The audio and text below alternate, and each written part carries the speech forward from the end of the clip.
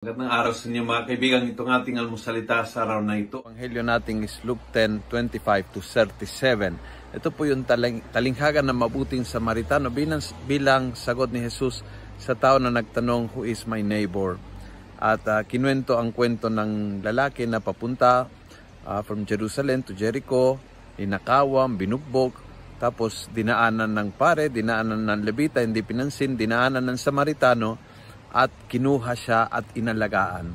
But itong parte na sobrang gusto ko, sabi niya,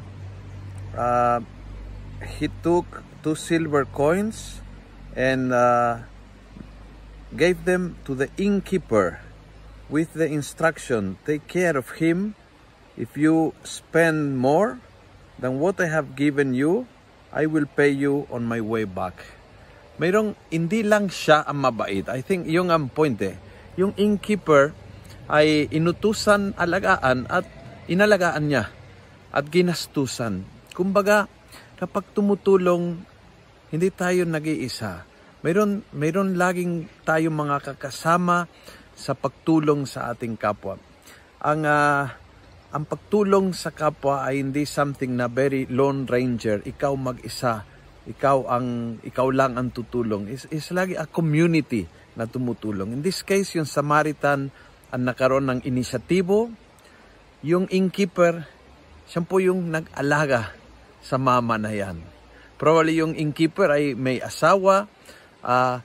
Sila pong community na nag-alaga. I think mahalaga sa ating na ang pagtulong, ang pag-alaga sa mga tao na nangangailangan, hindi lang isang personal na panawagan sa bawat isa sa atin, kundi pati sa ating mga communities.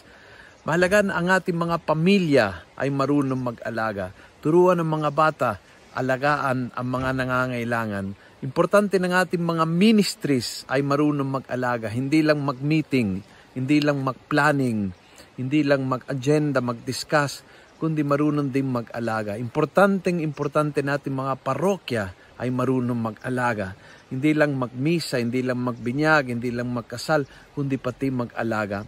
Yung pag-aalaga sa tao nangangailangan ay isang hamon, hindi lang personal sa iyo, sa akin, kundi pati communitarian, sa mga iba't ibang komunidad na nagtipon-tipon.